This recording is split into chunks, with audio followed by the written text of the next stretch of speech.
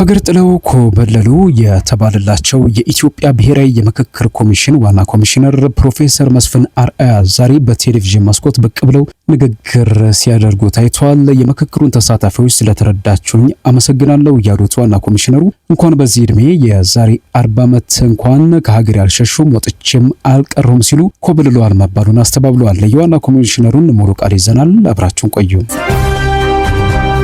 Stay informed with Blatter News. ከተለያዩ የሀገሪቱ አካባቢዎች ከየክልሉ ከየፓርቲው ከየዲያስፖራው የተውጣጡ 4000 ሰዎችን ያተሳተፈ ከ40 በላይ ቀናትን ያሳለፈው የኢትዮጵያ ብሔራዊ የምክክር ጉባኤ በይፋ ተጠናቆ ፍጻሜውን አግኝቷል። ፕሬዝዳንት ታዬ አጽቀሥላሴን ጨምሮ የሁለቱም ምክር ቤት አፈ ጉባኤዎችና ሌሎችም የአሁንና የቀድሞ ከፍተኛ የመንግስት ባለስልጣናት የየክልሉ አመራሮች እንደዚሁም ተመካካሪዎች በተገኙበት በተካሄደ ስነ ስርዓት ነው በይፋ ፍጻሜውን ያገኘው። ሆኖም የምክክር ጉባኤው ትናንት አመሻሽ የተካሄደው ምልአተ ጉባኤ መሟላቱ ሳይረጋገጥ ነው መባሉ ሁኔታዎች ተሟልተው በአንኳር አከራካሪ አጀንዳዎች ላይ ስምምነት ባልተደረሰበት ሁኔታ ነው እንዴ የተጠናቀቀው የሚሉ ጥያቄዎችን አስነስቷል። አዲስ አበባን በተመለከተ የክልል ተወካዮች ጉባኤ ያዋቀረው የሽምግልና ቡድን ያቀረበው ምክረ ሀሳብ ከኮሚሽነሩ 11 ኮሚሽነሮች መካከል አንዱ በሆኑት በኮሚሽነር ዮናስ አዳዬ ለጠቅላላ ጉባኤው በንባብ ቢቀርብም እንኳን የአማራ ክልል ተወካዮች ከአዳራሹ ጥለው ወጥተው እንደነበርና የተወሰኑት በኮሚሽነሮች ልመና እንደተመለሱ ዋዜማ ራዲዮ መዘገቡ ይታወሳል። ተወካዮቹ ኮሚሽነሮች በአዲስ አበባ ዙሪያ ያከራከረው ምክረ ሀሳብ ለጉባኤው የሚቀርበው ስራ ቡድን ደረጃ የጸደቀው ምክረ ሀሳብ ብቻ ነው በማለት የሰጡትን ማረጋገጫ አፍርሷል በሚል ቅሬታ ማሰማታቸውም ታውቋል። የአሸማጋይ ኮሚቴው አማራጭ ምክረ ሀሳቦች ሁሉም ክልሎችና ከተማቸውን እንዲመርጡ በህገ መንግስቱ እንዲደነገግ ወይም አዲስ አበባ የኦሮሚያ ክልል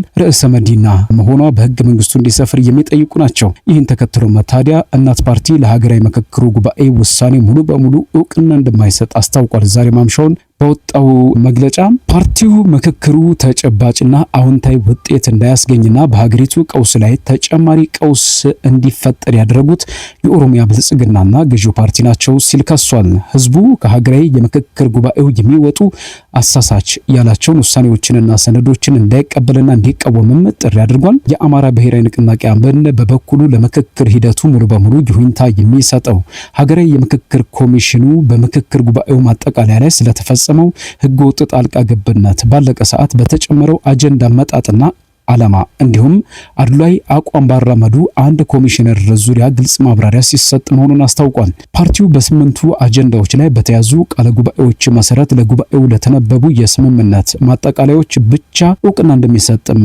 ገልጿል። የተወሰኑ ከፍተኛ የመንግስት ባለስልጣናት እንዲሁም ጥቂት የኮሚሽኑ አባላትና ባለሙያዎች ምክክር ጉባኤው ስምምነት የደረሰባቸውን ውጤቶች ለማዛባት በግልጽ ወገንተኝነትን አሳይተዋል በማለትም ነው አብን የከሰሰው። የሆነ ሆኖ በመዝጊያ ስነ ስርዓቱ ሲጠበቁ ከነበሩ አንድና ቀዳሚ ጉዳዮች መካከል ከሰሞኑ ከእይታ መራቃቸውንና ከሚዲያዎች መጥፋታቸውን ተከትሎ ሀገር ጥለው ሸሹ፣ ኮበለሉ፣ አሜሪካ ገብተውም ጥገኝነት ጠይቀዋል ሲባልላቸው የከረሙት የብሔራዊ ምክክር ኮሚሽኑ ዋና ኮሚሽነር ፕሮፌሰር መስፍን አርአያ ጉዳይ ነበረ።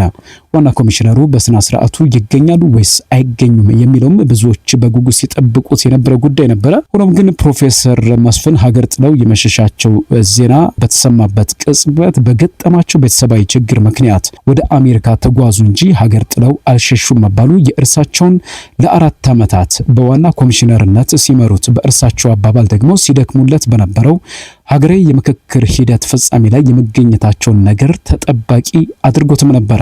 በርካቶች እውነትም ኮሚሽነሩ ሀገሪቷን ምክክሩንም ጥለው ወጥቷል የሚለውን ለማረጋገጥ ይህችን የምክክሩን ይፋ የመዝጊያ ስነ ስርዓት የሚካሄድባትን ቀን ሲጠባበቁም ነበር የቆዩት። ሆኖም ፕሮፌሰር መስፍን በቀጥታ ስርጭት በተላለፈው የምክክሩ የመዝጊያ ስነ ስርዓት ከሳምንት ቆይታ በኋላ ብቅ ብለው ንግግር ሲያደርጉ ተደምጠዋል። በንግግራቸው ለአንድ ሳምንት ከምክክሩ ተለይተው ከተመካካሪዎችም ሳይተያዩ መቆየታቸውን ተናግረው የነበርኩበትን ሁኔታ ተረድታችሁኛል በሚል የስነ ስርዓቱን ታዳሚዎች ሲያመሰግኑም ተደምጠዋል።